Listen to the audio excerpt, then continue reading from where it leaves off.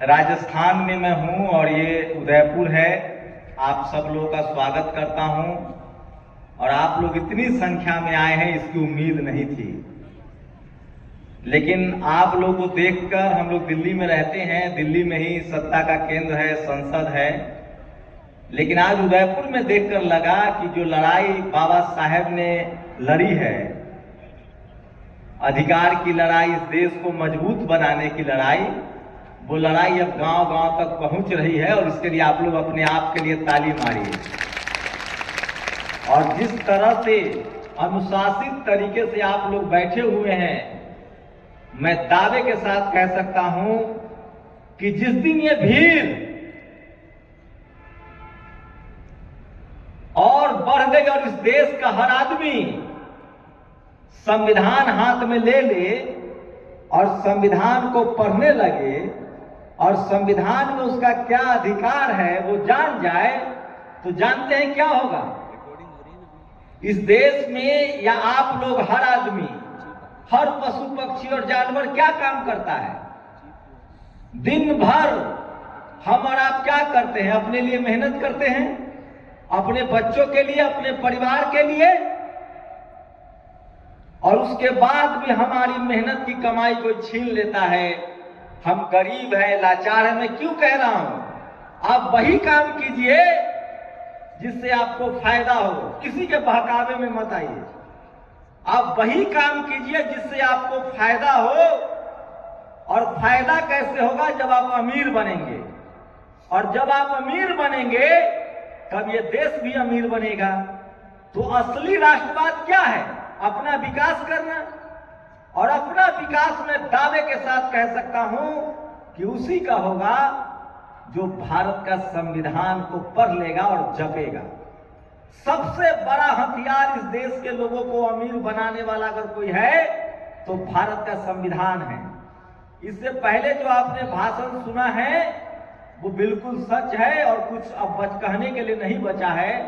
मैं सिर्फ एक ही बात कहूंगा कि अगर आपको अमीर बनना है, अगर आपको राजा बनना है, अगर आपको ताकतवर बनना है, तो मैं दावे के साथ कह सकता हूं कि भारत देश में संविधान के अलावा और कोई किताब नहीं है जो आपको अमीर, ताकतवर और राजा बना दे। और मैं ये साबित कर दूंगा सिर्फ 5 मिनट में। तो सबसे पहले जो फॉर्मेलिटीज है, जिन लोगों ने आयोजन किया है उन सबका बहुत बहुत शुक्रिया। और उन्होंने जो आयोजन किया है ये इतिहास में दर्ज होगा। और जो भी तकलीफें उन्होंने उठाई है, हम सब की जिम्मेदारी है कि 150 रुपए उनको दे ताकि अगले साल इससे बड़ा आयोजन हो। और ये 150 रुपए, आज जो आप ये 50-50 रुपए लगा के जाएंगे और 5 मिनट का ये भाषण सुन लीजिए, और 2 साल, 3 साल, 5 साल बाद अगर आप अमीर न हो पाए तो मेरे नाम पर आप एक कुत्ता पाल लीजिएगा। मैं एकदम शॉर्टकट में बता रहा हूं। मैं एक गरीब के घर पैदा हुआ था। मेरे माता पिता बकरी चराते थे और जाति व्यवस्था में भी बहुत नीचे था मैं। लेकिन आज मेरे शरीर पर कोट है, पैकेट में पैसा है, बैंक में लाखों रुपए है। तो ये किसी भगवान की वजह से नहीं, भारत के संविधान की वजह से है।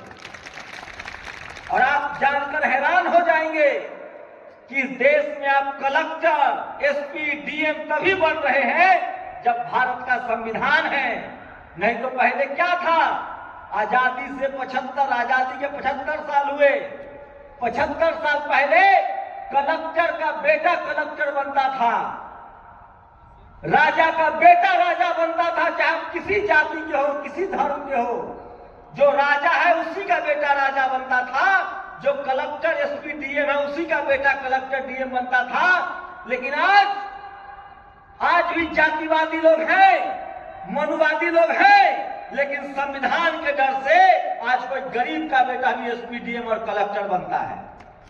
और सोचिए, भारत में सबसे ज्यादा अगर संविधान ने किसी को दिया है तो वो भारत की महिलाओं का।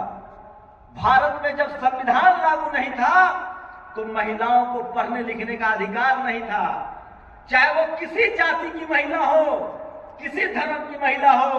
और सही कहा उन्होंने, अगर भारत का संविधान नहीं होता तो वसुंधरा राजे मुख्यमंत्री नहीं बनती, क्योंकि महिलाओं को अधिकार नहीं था।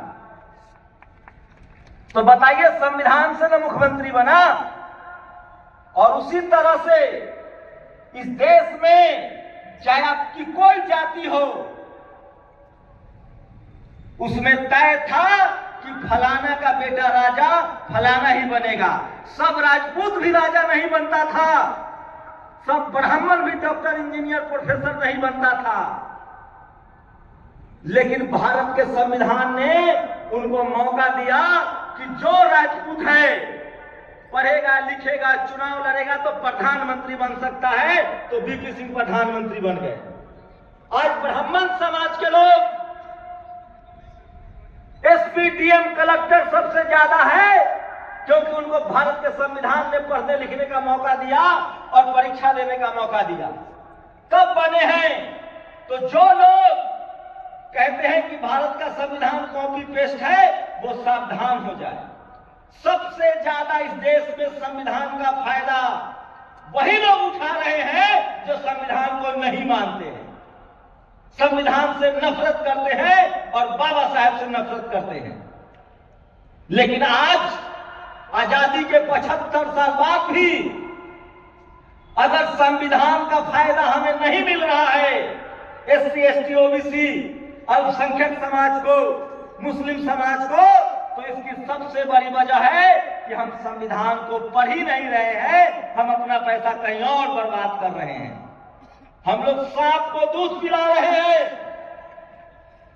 हमारा भला तभी होगा जब हम संविधान पढ़ेंगे। अब बताइए, 5 मिनट में बता रहा हूं मैं आपको, जब संविधान पढ़ेंगे तब आप संविधान पढ़ने के लिए स्कूल कॉलेज जाना पड़ेगा। संविधान तो कोई रटने की चीज है नहीं, पूजा करने की चीज नहीं है।